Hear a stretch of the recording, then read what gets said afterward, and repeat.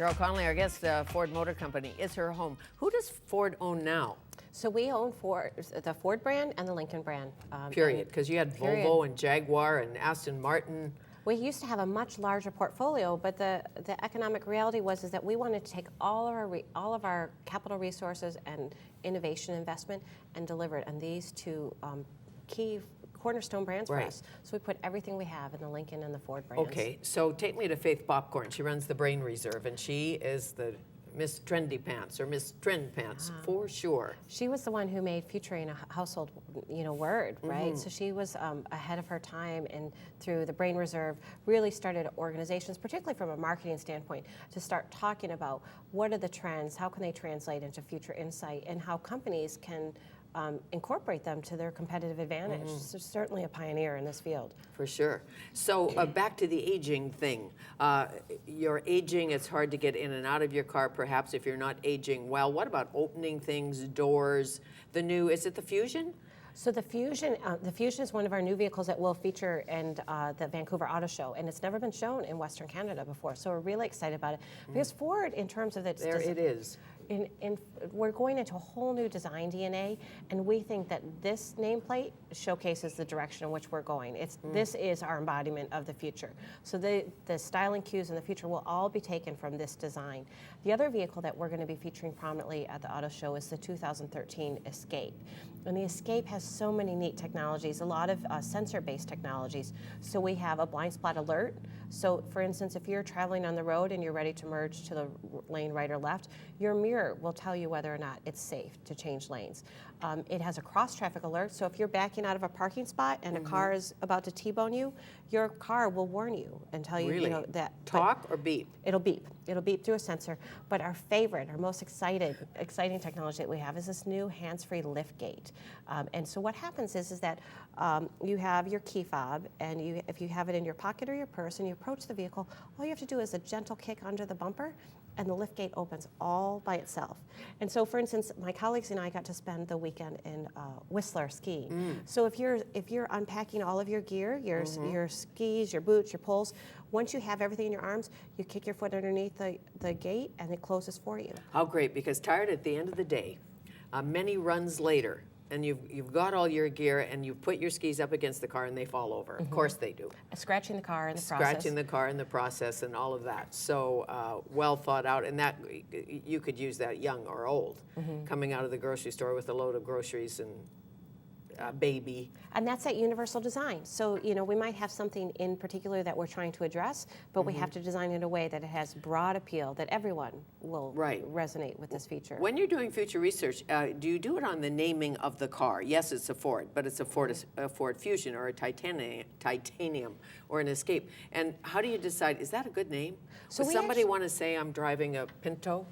Well, we do have a nomenclature strategy, so the names, how we label it, but we do that through market research. And so it's interesting because market research and featuring are close cousins, but where one starts, the other one stops. So I always think about when people ask me the difference between market research and what I do, I can't measure anything that I do, because if you could measure it, you're talking about the present. So by definition, so if you're talking about the future, it's abstract, and so you can't put it in front of consumers and say, what do you think about this? So, but in our near term, we have really extraordinary market researchers within Ford, and so they'll vet it with consumers around the world and say, what does this brand mean to you? Does it evoke the kind of aspirational qualities that we're striving for? And do people buy safety, fuel efficiency, color, leather interior? What? 10 years down the road, not today, say 5 years down the road. They buy all of those things. And consumers are really savvy. They've never been more sophisticated, never better informed. And following this recession I talked about, they're more careful, about how they spend their money. So they need all of those things. There are things that they won't compromise on. Of course, safety and security is at the top of the list. But they want technology. And since people are holding on to their vehicles longer, so for instance, in the state, the average age of the vehicle on a road is 10 years old, slightly between 10 and 11 years. years old. And so they want to make sure that it has technology that will grow with them. And that's what's really neat about some of the technology Ford has designed, like this sync technology that I referred to earlier. Right.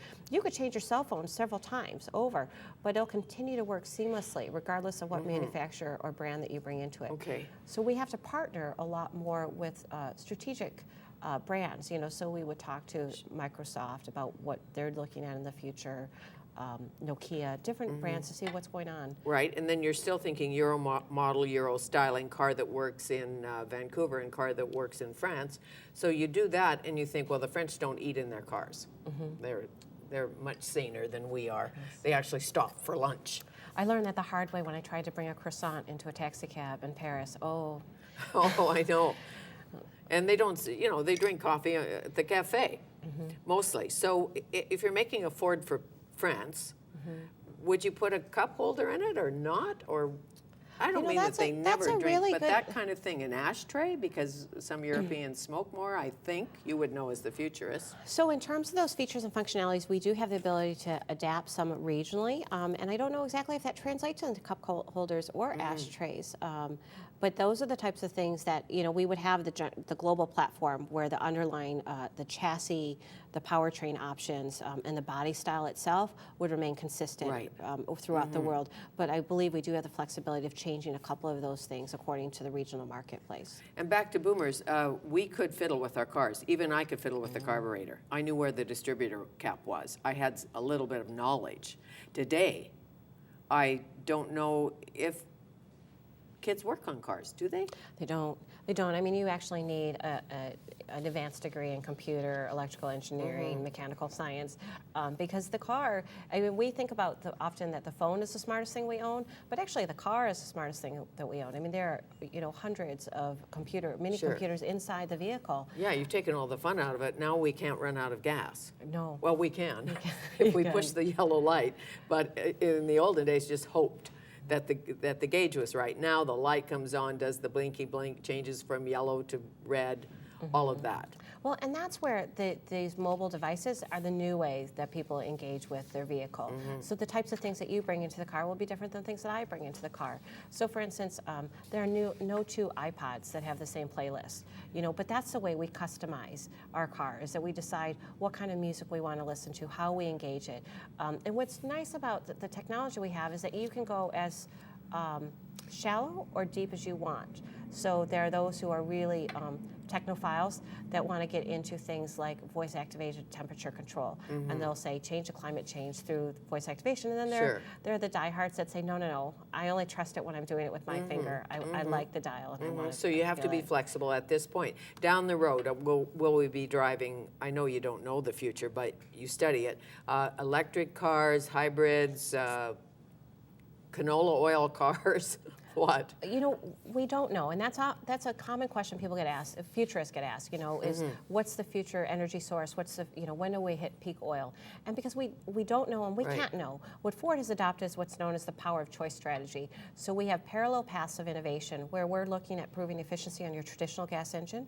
We have a really exciting new offering called the EcoBoost engine, which performs like a larger displacement engine, but does so in a much smaller fuel efficient vehicle. And then we also have our hybrid electrics and plug-in electric vehicles. So as the world runs out of cheap oil, obviously every car company is looking at it. Babies in cars, when you study the future, will we have larger families, smaller families, one child, 10 kids? A Kennedy clan? Demographically, we see that people are having children later in life, and when they have children, they have fewer children. But what's also still very powerful is the multi-generations of family. So even if I have fewer children, I still want to take grandma and grandpa with me, or cousins, nieces, and nephews. And so what we seem to resonate really well with those that are in the family life stage are the utility vehicles, because they have so many flexible options in terms of seating and cargo, so that those are ideal for a family. Can you pick up a chick in a van? I don't know. It all depends on the chick. It all depends on the chick. Sheryl Connelly here until the 8th for the whole show. Vancouver International Auto Show starts tomorrow. How nice to meet you. Same here. Thank you. Thank you.